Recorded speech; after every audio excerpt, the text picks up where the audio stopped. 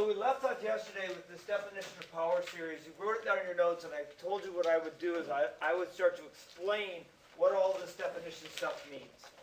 Okay, first of all, there are many kinds of infinite series.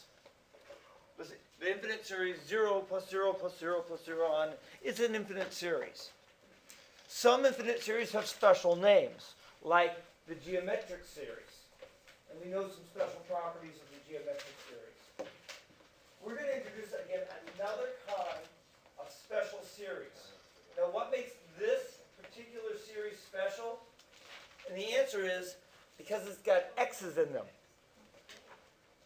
It's in the form of a really long polynomial, a constant, plus some constant times an x, plus some constant times an x squared, plus some constant times an x cubed, on and on and on. Which means this series will take on different values based on the value that x has. Now, the more general of the two definitions here is the one that says power series centered at A. Now, give me a few slides before you get the idea of the centering of a power series.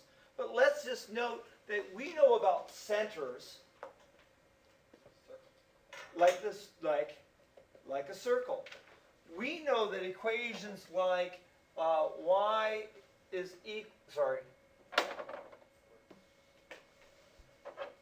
r squared is equal to x minus 8 squared plus y minus k squared, that h and k represent the circle with radius r.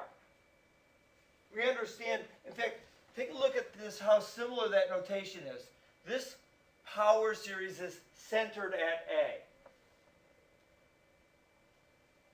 You see that x minus a? It looks a lot like the x minus h that we have from the equation for a circle. So we have this idea that it can be centered anywhere, some place A, or we might center at 0. What would happen if I took all the a's in this equation and changed them into zeros? What would happen with this expression c sub 1 times x minus 0? It'd just be c sub 1 times x. Oh, c sub 1 plus x, or times x. What about if I did this one? C sub 2 times x squared. Oh, there's c sub 2 times x squared. Another way of attacking this situation is that this is a very particular power series, and this is the most general power series. And I forgot to calibrate my board. All right?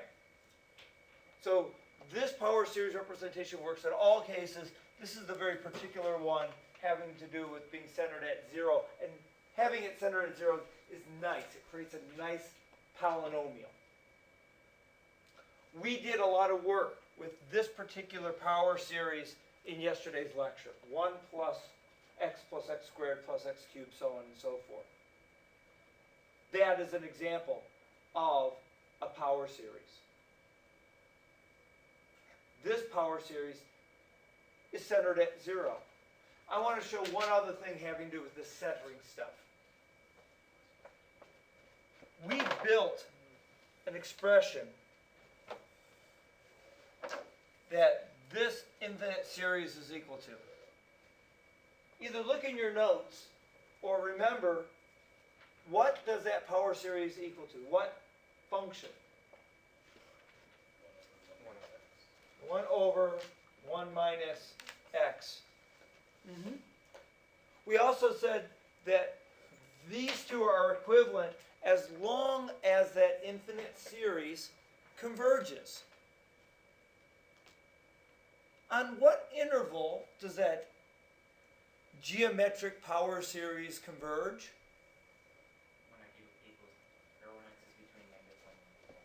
When x x is between -1 and +1. Take a look at that interval. And I'm going to ask the question, where is its center? Where's the center of the interval that goes from -1 to +1? 0. Coincidence? I think not indeed. Okay, so there's going to be two of these things. There's going to be looking at the algebra and seeing the center. There's also looking at the interval of convergence and seeing the center of that. They're both the same center. All right. So there's our definition of power series. Now to do something with power series. Now, we started yesterday with this big idea that this particular infinite series is actually equal to the function 1 over 1 minus x. We started with that claim. We explored that claim a little bit. I'm wondering, knowing the answer to the question is yes, are there any other functions for which we can find their power series representations? Well, here's the one that they want us to start exploring right now. We want to know, can we find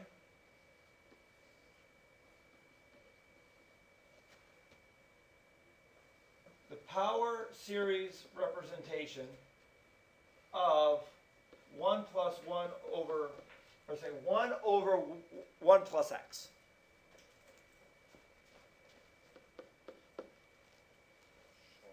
Sure. The answer is yes, because I wouldn't pose the question probably if the answer wasn't yes. What's our procedure going to be to try to find that new representation? Hey, I've got an idea. This function, 1 over 1 plus x, is really, really similar to this function, 1 over 1 minus x. Let's do a little manipulation. I'm going to say, you know what? If I start here, 1 with this known representation, 1 over 1 minus x. Let me write that out, please. 1 plus, I'll do the writing. You can do some talking, though. 1 plus x plus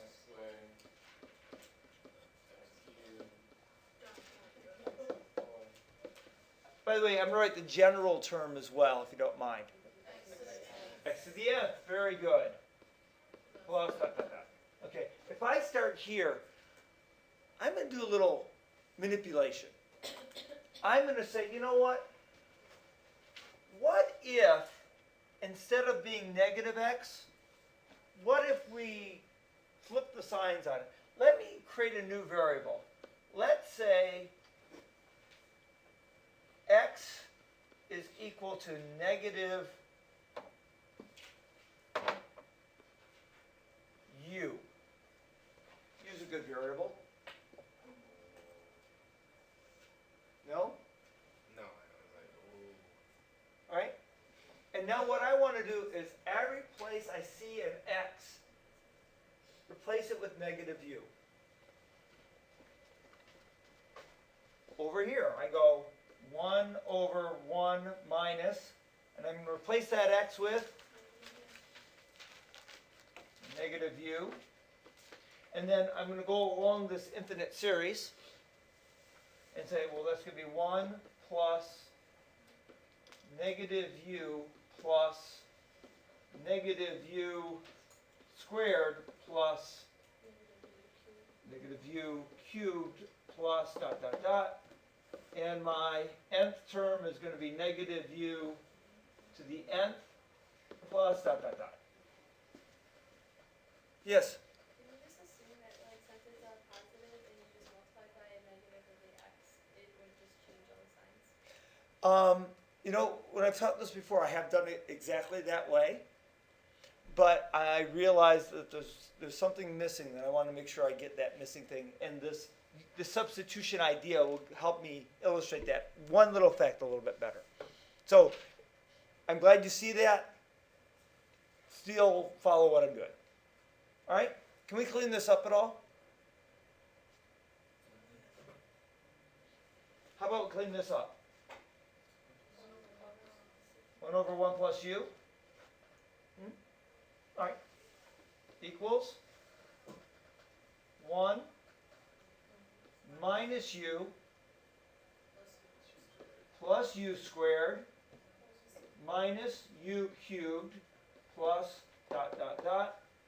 Our nth term, by the way, it's when we have this alternating sign thing, it's really typical for us to write the alternating sign as its own piece.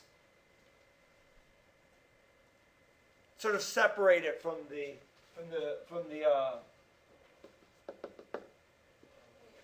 okay, so that -1 to the nth, sometimes also written -1 to the n plus 1, depending on where the alternating signs go. It's typically separated from the two. You'll see why it turns out to be a good thing to do.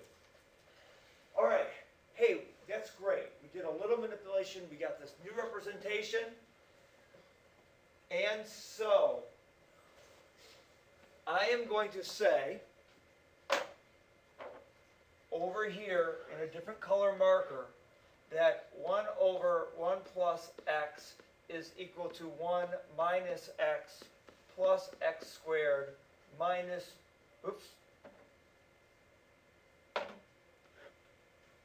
minus x cubed plus dot dot dot -1 to the nth, x to the nth plus dot dot dot. I've got it to here with this new variable u, but I said, you know, we typically don't write things in u's. I want a power series. We typically write power series with x's. Let me change all the u's back to x's. What happened to your wrist? She got in a fight with Chuck Norris and like, I have tendonitis and more messed up cartilage. Right again? Okay. Is that okay that I do that? I go from here and I rewrite everything with x's. I might ask the same question, little side note here. Wait, I just want to make a point. One of the things that we often do. Here's something we know and love. Huh? Is this fundamentally different? Or is that the same thing? If this is true, is this also true? Yes. And I could do this again. I could say, I don't know, use beta. Because I love making betas.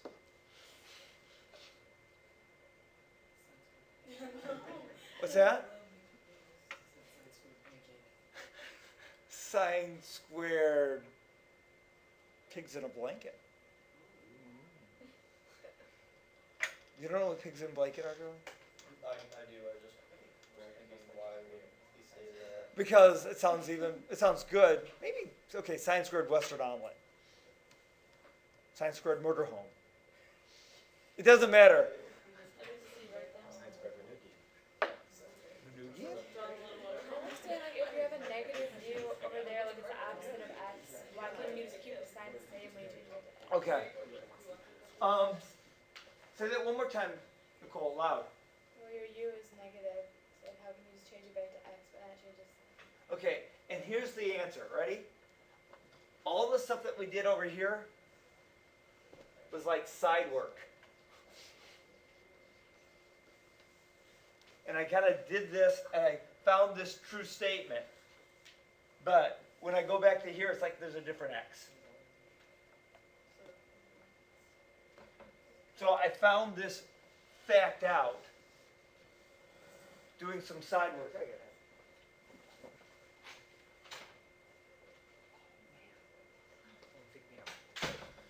All right, so I do all this work. This is a true fact. And then I said, oh, okay, now that I've done all that preliminary work, I go back to x's.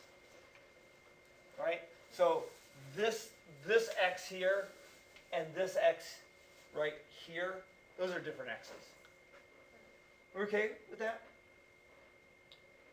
Alright, so what did we end up doing? We end up starting with a known infinite series, and we found a new function and a new infinite series that matches up to it. What interval of convergence does this new infinite series have?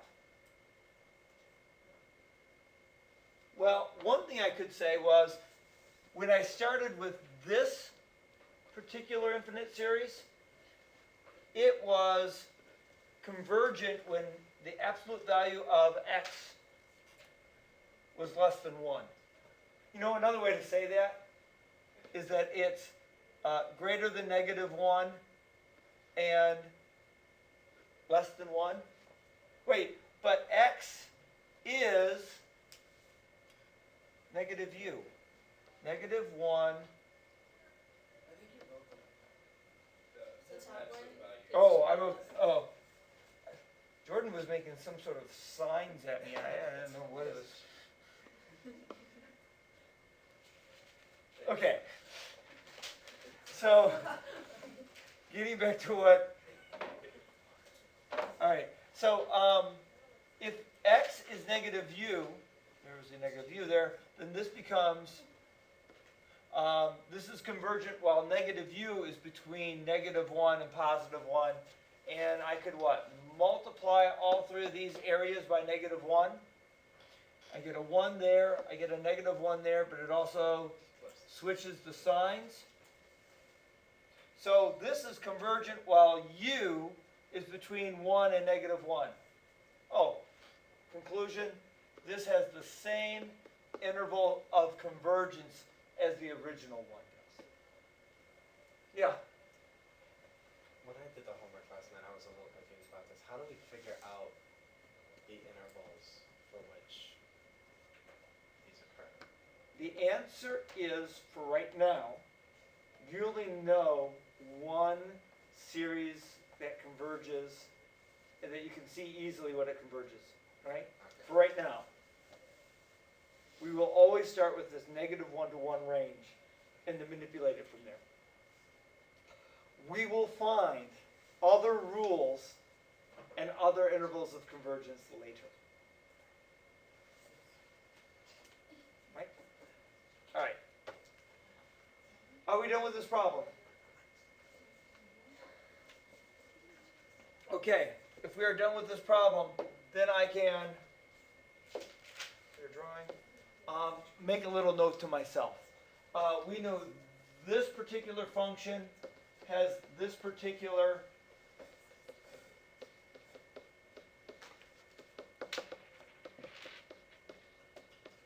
power series representation. We know that this particular function has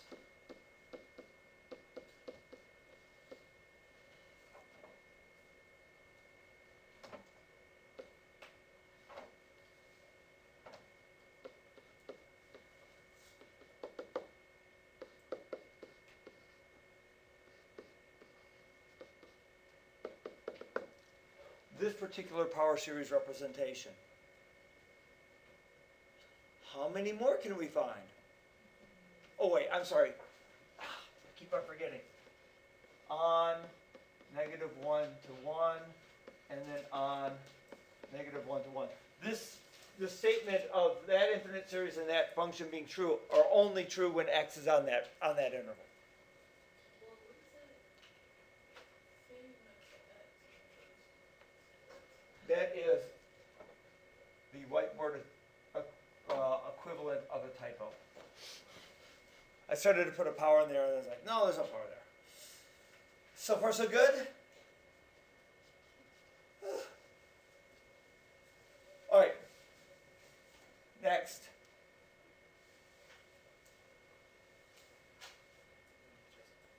No, this one's a little bit different.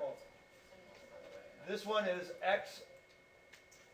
We want to find the power series representation of x over x plus 1. 1 plus x. Okay, so start with something we know, and then manipulate it to the new thing. Mm-hmm. Well, I say we know this. They say to use this, don't use that. I say we start with something we know. How about 1 over 1 plus x? We know that one, right? And that representation was 1 minus x plus x squared minus x cubed. Negative 1 to the n, x to the n. So we start with something we know. How do we make it look like that? Multiply both sides by x. Is that okay algebraically? Whatever we do to one side, do the other? Okay, so let's do that. Let's take this expression, multiply it by x. Let's take this expression and multiply it by x. And we end up getting the thing that we desire, x over 1 plus x on one side. And on the other side, think about distributing that x through every term in that infinite series. And we get x minus x squared plus x cubed minus x to the fourth plus dot dot dot.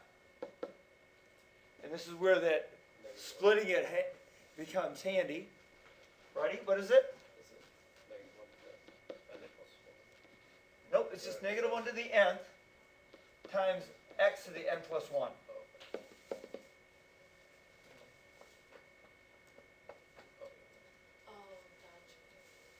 When we distribute this x to this term, it doesn't affect the exponent on the negative 1.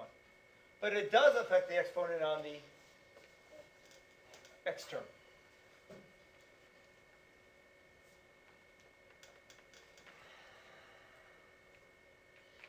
I might rewrite this, by the way, as the sum as k goes from 1 to infinity of negative 1 to the n times x to the n plus 1.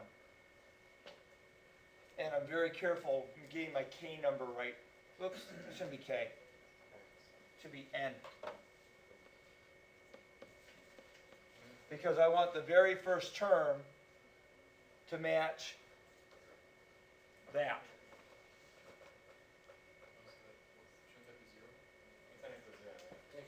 Ooh, good catch. Because when I put 1 in here, I get x squared. 0 is the right one? When I put in 0, I get... Okay, that's better. I would say that I did that on purpose, but that would be a lie. Are we okay with that manipulation? Did we do any substitutions? So guess what? Guess what interval this is convergent on? The same one that we had before. Are you good with that example? Let's do another one.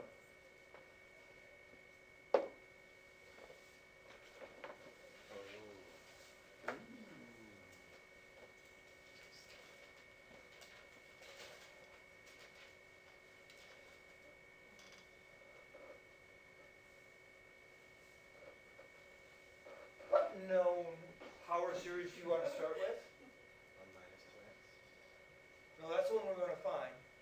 Oh, 1 minus 1 minus 1 minus. Yeah. You want to start with 1 over 1 minus x? Yeah. Because it looks pretty similar to what we're after, which is 1 over 1 minus 2x. So let's write out that known power series.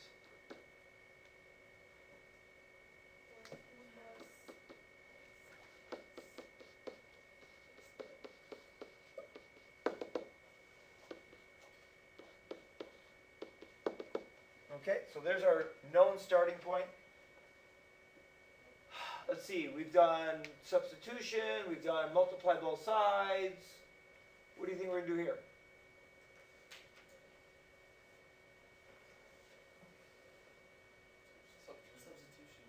What would be your proposed substitution? Replace every x with what? 2u? 2u. 2u. All right. So when I do that substitution, I get 1 over 1 minus 2u. And then substituting it in all the other places, 1 plus 2u plus 2u quantity squared plus 2u quantity cubed plus dot dot dot, 2u quantity to the n dot dot dot.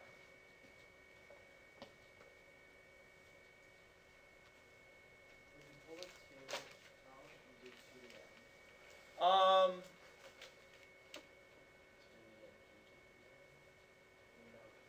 That's not that bad of an idea.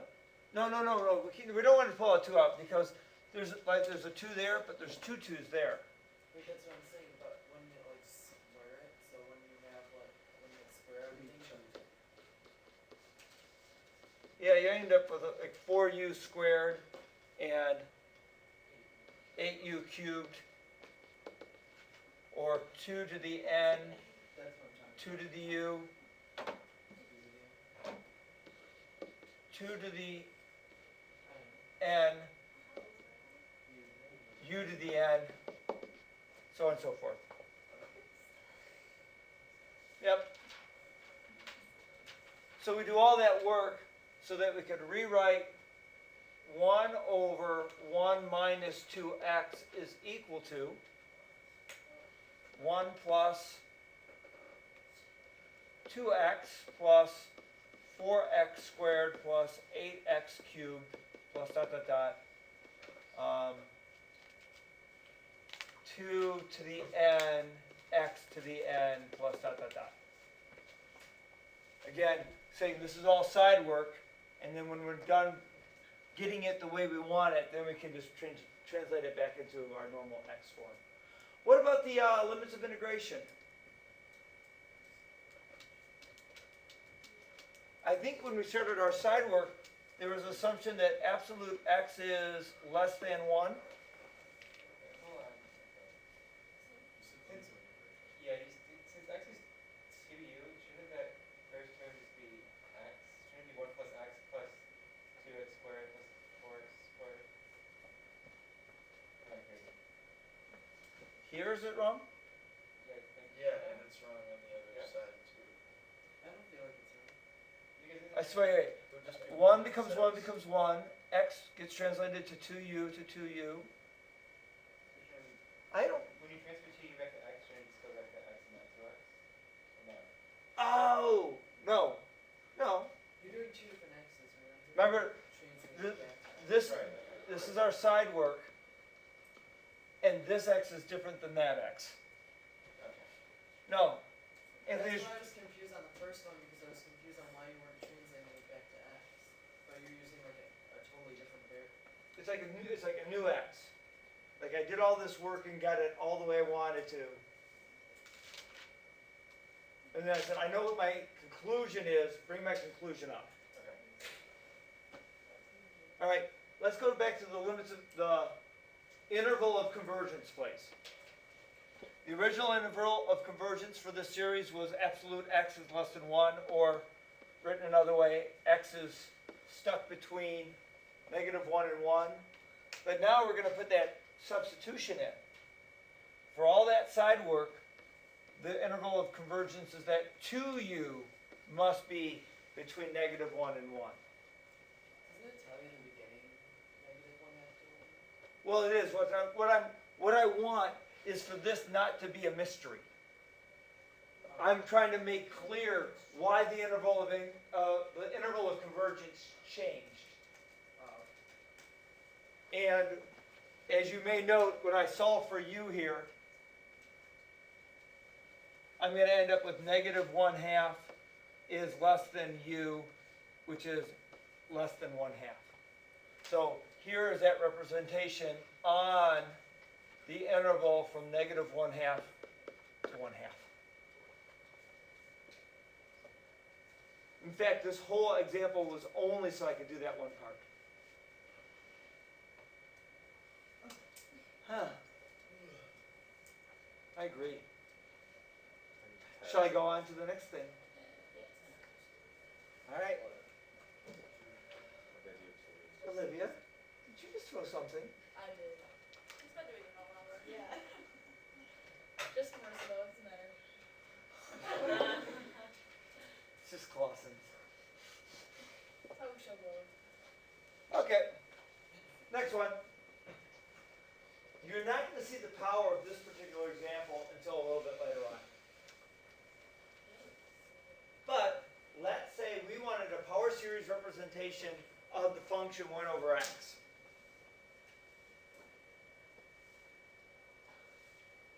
Well, one way to manipulate the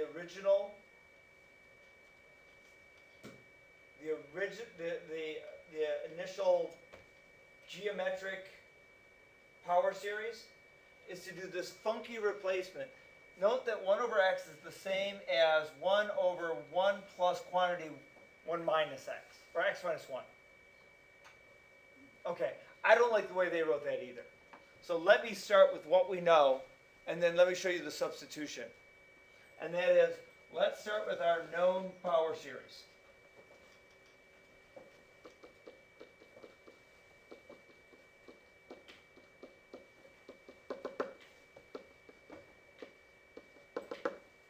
Right?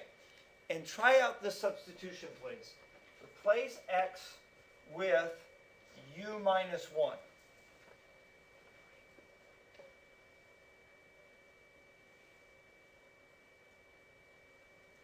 Well, when I take and replace this x with u minus 1, I get 1 over 1 minus quantity u minus 1. Oh, I'm sorry. Rewind. I want a positive version of that. How does that change things? That's a negative. That's a negative. All right. Negative, negative, plus. Is that better? I want to start with the known one, but I want to start with the positive version, which we already did, right? Yeah, you just gotta change the plus and Right. Oh, right there. Now is everything cool? Have I not screwed this up? Okay. Well, sorry. Have I corrected my screw up? All right. So I start with this known power series that we calculated earlier. I do this substitution, and I end up getting 1 minus u minus 1 plus u minus 1 squared minus, can't read my own writing, minus u minus 1 cubed plus dot dot dot, and our nth term looks like negative 1 to the n, u minus 1 to the n. So wouldn't your center just be negative 1? What's that? Wouldn't your center just be negative 1? Do you see that too? This looks a little bit different than the other power series because we have that variable minus something else. It looks like the center moved. I think you're right. I think 1, by the definition that we had when we started power series, and 2, remember we started with this interval of convergence when we plop in our substitution. Let's solve for u by adding 1 to all 3 areas. We end up getting a new interval of convergence from 0 to 2, just like they said. And where's the center between 0 and 2? At 1. So that new interval of convergence and its new center seems to be consistent with this power series representation. Now, which one would you have to write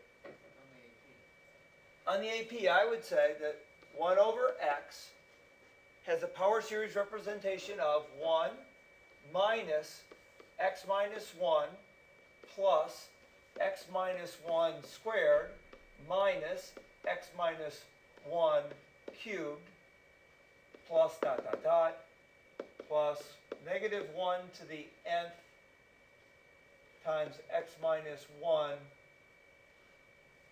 to the nth plus dot dot dot on 0 to 2. Wait, but like it's saying like could you find the intervals and convergence? Could you just write like that over there, like that substitution? If I wanted to find the interval of convergence, this is the procedure that I would have used to find that new interval of convergence. Oh. And then that's the answer to that, right? There's the answer to the question, what's the power series representation of 1 over x? Oh. All right? I'm going to say it again. There's going to be a powerful statement that I'm going to make in a second that this is going to be my new starting point, and it'll blow you away. Please don't use that phrase. Sorry. It will Change your world. rock your world. Actually, I was recording going back, so.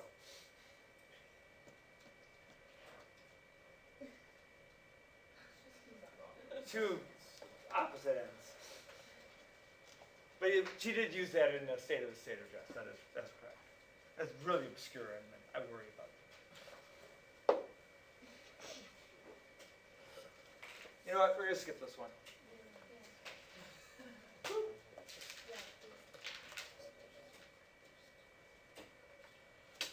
I mean, do you see the one that we just did? And what are you going to do with it? Multiply everything by 1/3. Big deal. I'm going to show mathematically that we get the same interval. What's that? I'm just going to show that we get the same interval. And we get the same interval. We get the same 0 to 2 interval of this. Why? Because we had the same substitution. So I think I could just write this one off the top of my head. It's going to be 1/3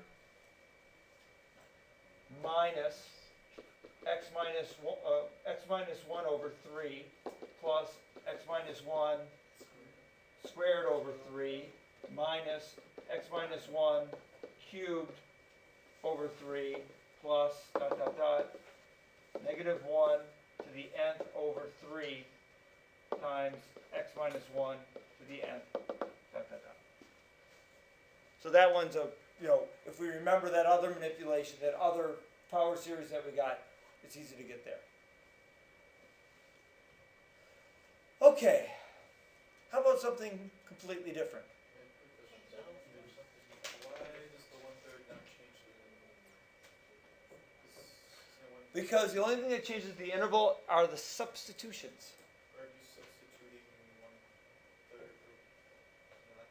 No. You're just multiplying it? Yep. We're just taking both sides of a known power series and multiplying both sides by 1/3. So it doesn't affect the interval. All right. Okay, something new.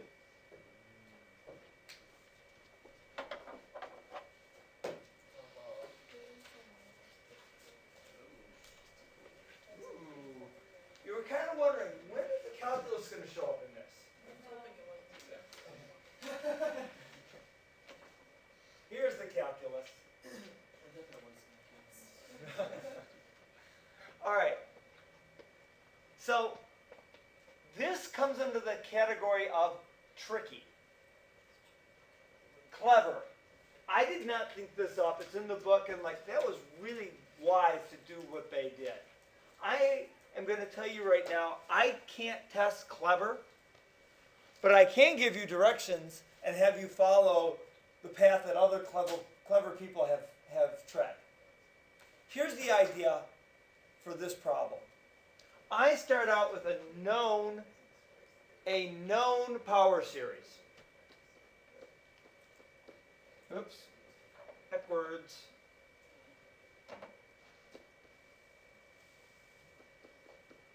And its representation.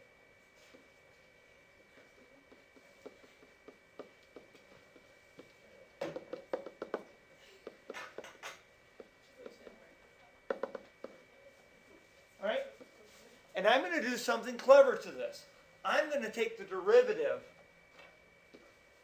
with respect to x of both sides of the equation, which is algebraically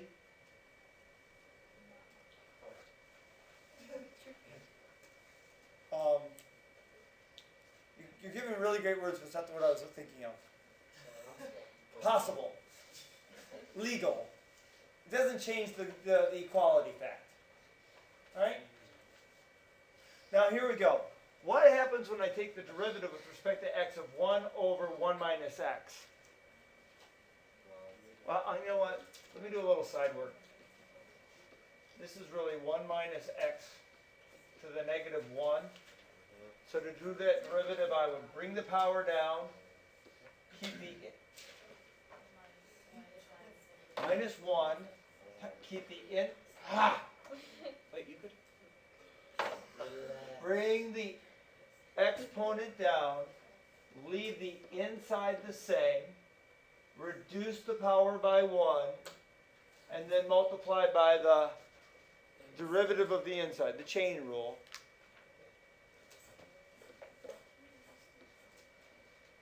And I end up getting these two negatives to cancel. So the derivative of this side of the equation is 1 over 1 minus x quantity squared. Ironically, that's what you Go figure. No. So someone clever saw this, and I'm like, good for them. I would never have thought to do that. Well, anyway, so we did the derivative of one side. Let's do the derivative of the other side. And we're going to do it term by term. We're going to say, hey, let's take the derivative of the first term. Zero. What's that, Candace?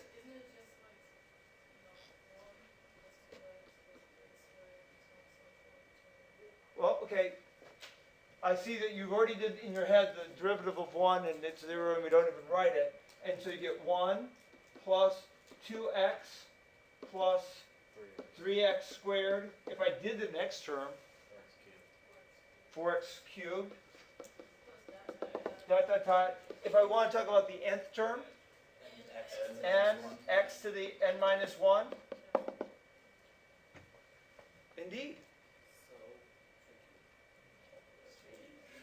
Or if I wanted to use the sigma notation, it's going to be n times x to the n minus 1. And we're going to go to infinity. I want to make sure we do this right. Where do we start? At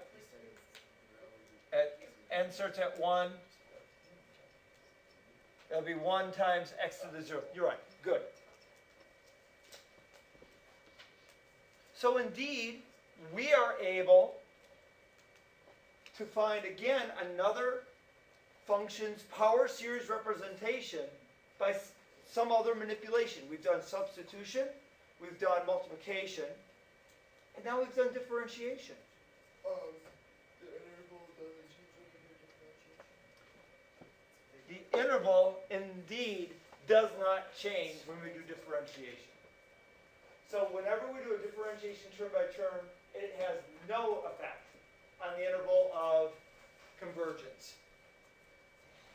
Here's our general definition for what we're calling term by term differentiation.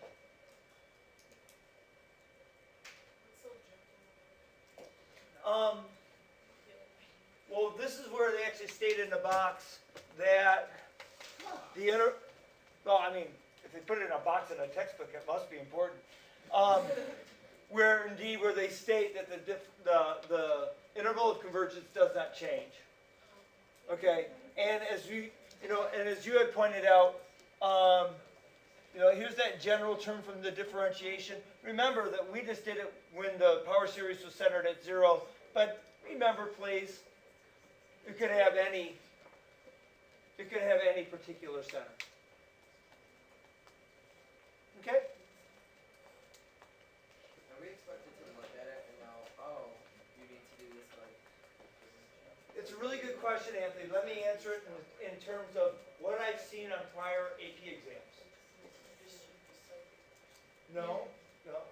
There are some things that they're gonna try to force you to recognize. Not the stuff that we've seen today. But based on some other stuff that we're gonna be doing in the next lecture. If they want you to do something particular, they'll say something like, start here and use differentiation. They'll try to take you by the hand and guide you to what they want you to do so that they can see that you can do that particular manipulation. They will not give you 1 over quantity 1 minus x squared and then say, do it. Because again, where would you end up getting the cleverness to say, oh, I see that's a differentiation? Right? I was just tempted by one over Yeah, one. And when I first saw that same problem, I had the exact same strategy, and it's a big mess. Don't go there.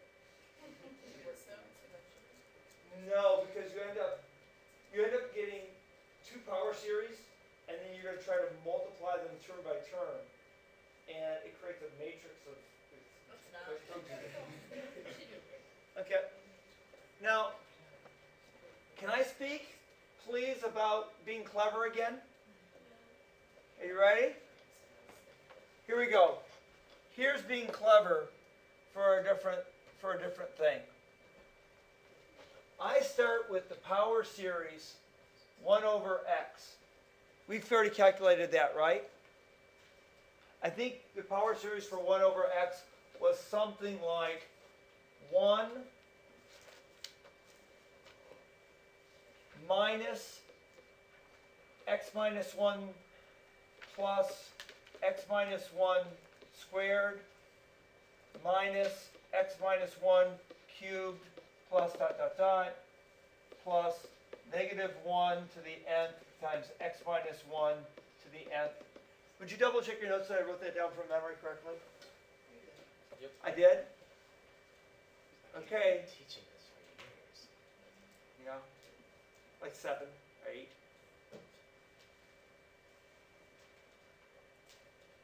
Kids I had in that first calculus class, they're all out of college now. They have good jobs. And they're not sending me a portion of their income. You won't make that the same mistake, will you? All I ask is for 1/10 of 1% of your income over your lifetime. Yeah, not. Send you a Christmas gift. Every year. Of 1/10 of 1%, that would be great. All right, so are you ready? Okay, cleverness part 2. Put away the blue pen for a second. Oh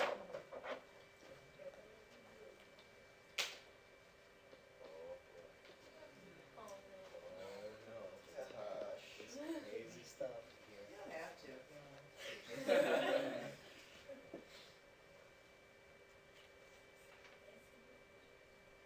Anti-differentiation. The natural log of x. By the way, since we're on an interval of convergence from 0 to 2 for this power series, I'm not going to worry about the absolute value sign if you don't mind. All right? Now, what I'm going to do is going to seem a little strange. I'm going to take the antiderivative. Well, before I take the antiderivative, I'm going to do a u substitution if you don't mind. Excellent. I'm going to say u is equal to x minus 1. If you don't mind. All right? du ends up being dx in that case. And so I'm going to end up doing the antiderivative of 1 minus u plus u squared minus u cubed plus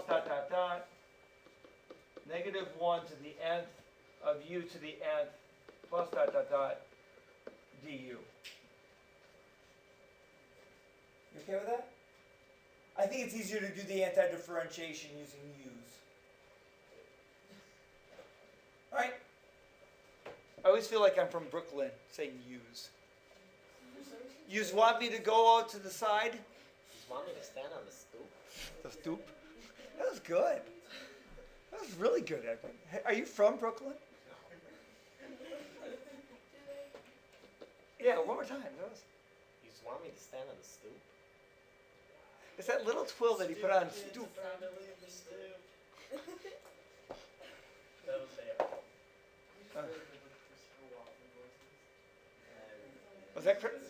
Was that Christopher Walken?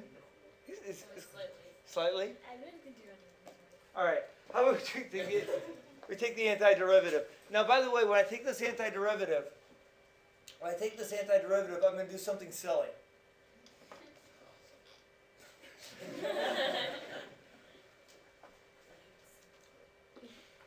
I'm going to put plus c in front. And I'm going to do that because there's an infinite number of terms that I would be taking the antiderivative of term by term. It just makes sense that the constant gets listed first.